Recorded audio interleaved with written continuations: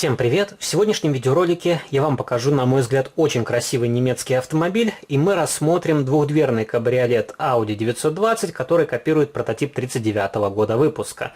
Эта модель уже снята с производства, у меня в коллекции предсерийный образец, но он ничем не отличается в плане покраски и сборки от тех моделей, которые пошли в серийное производство. И впервые NIO показал этот кабриолет в июне 2017 года. И помню, тогда я делал анонс в моей группе ВКонтакте, и также эта модель поступила в продажу под конец того же года, и ее рекомендованная розничная цена в Европе составляла 74 евро 95 центов. Это ни много и ни мало, нормальная адекватная цена за изделие этого бренда. Обычно легковушки так и стоят. Если мы говорим о серии Deluxe, которая посвящена старинным автомобилям, то она чуть дороже, и дороже стоят автобусы и грузовики, также некоторые внедорожники.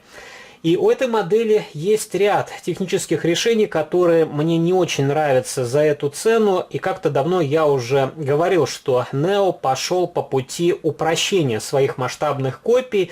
Но надо отдать должное, качество покраски и сборки здесь по-прежнему на очень хорошем высоком уровне.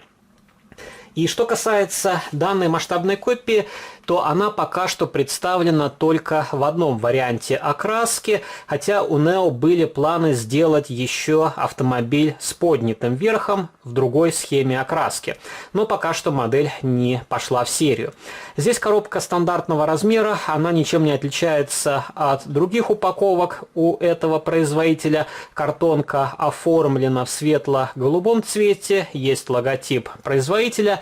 Также на нижней стороне есть различная информация, которая касается данного бренда. Есть наклейка с артикулом, по которому можно найти эту модель в интернете. Указан прототип Audi 920 кабриолет, цвет черный с белым. И помимо NIO такую модель промышленным способом выпускает еще компания ZZ Model.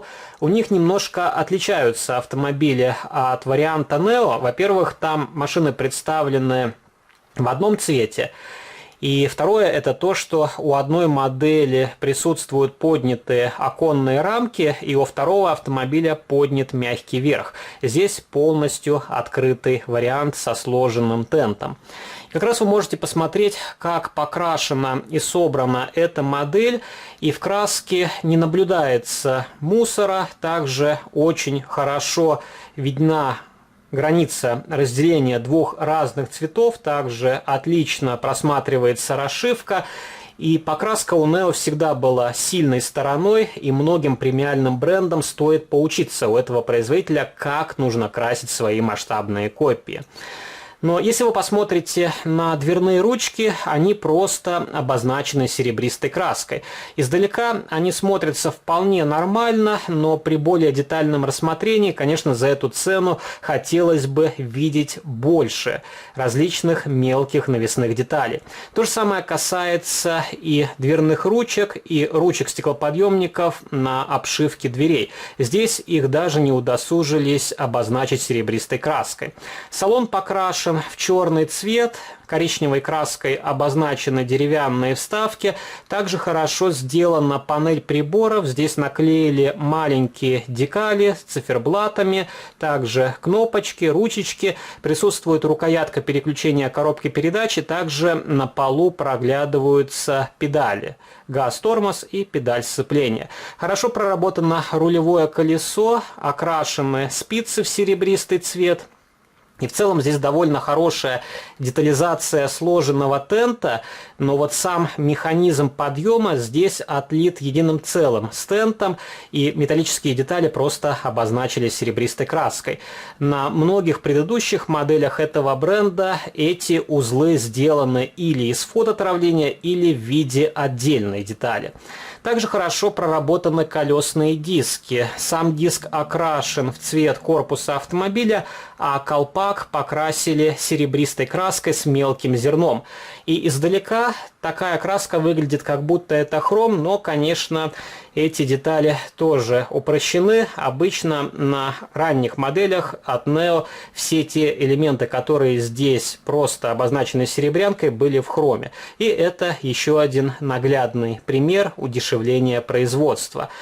Декоративные молдинги здесь в виде нанесенной тоненькой серебристой декали, с одной стороны, такое решение возможно лучше, потому что элементы из фотоотравления по прошествии времени могут отслоиться, также повредить лакокрасочное покрытие, но декали зачастую могут трескаться, отслаиваться, так что только время покажет, насколько такой упрощенный вариант более выигрышный в этом ценовом сегменте.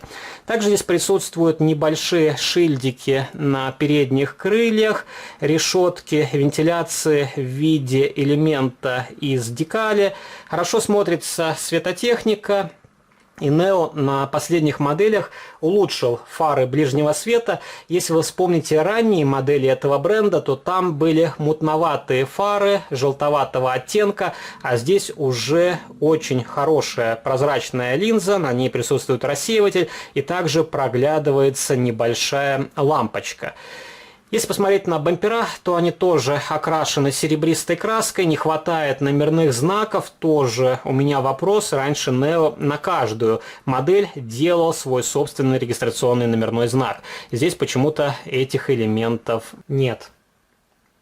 То же самое касается оформления задней части. В целом более-менее хорошо смотрятся фонари, но их можно было сделать и как-то поизящней.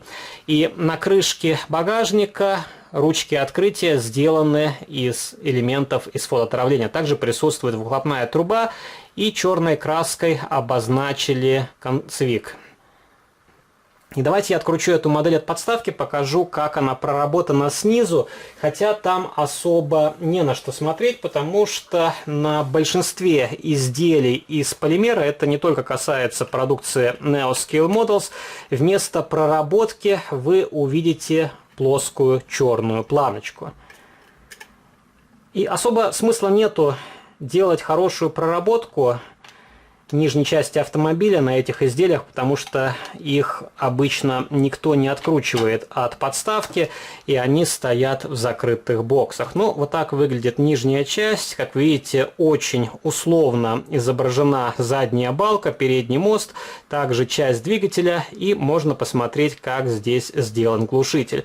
И днище крепится на 3 крепежных винтах.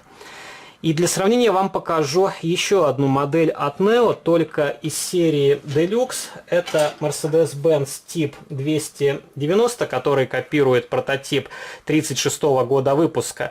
И здесь как раз вы можете посмотреть, что у модели больше элементов из фотоотравления, и все те детали, которые изначально на Audi были обозначены серебристой краской, здесь выполнены в хроме. Ну и, конечно, у этой модели лучше проработаны колеса. Диски, они спицевые, но это более ранний автомобиль, и если бы здесь были упрощения, я думаю, эта машина смотрелась бы не совсем хорошо. И эти модели продаются обычно у Neo за 98 евро, все же цена чуть выше. И пишите ваши комментарии, понравился ли вам данный автомобиль, что вы думаете о продукции этого бренда. Как вы считаете, стоит ли модель заявленных денег, какие улучшения нужно было сделать на данной масштабной копии, чтобы цена соответствовала уровню проработки, и как вам нравится схема окраски этой масштабной копии. Если вы хотите увидеть еще такой Audi только от бренда ZZ Model, то обязательно оставьте ваш комментарий. Вторая модель тоже есть в моей коллекции, и если у вас будет желание, я сделаю на нее детальный и сравнительный видеообзор. Не забывайте поддержать этот видеоролик лайком, вступайте в мои группы в социальных сетях ВКонтакте и Фейсбуке, жмите на колокольчик и также заходите на мой второй канал, там тоже выкладываются регулярно самые разнообразные видеоролики. А на сегодня это все, до новых встреч, пока!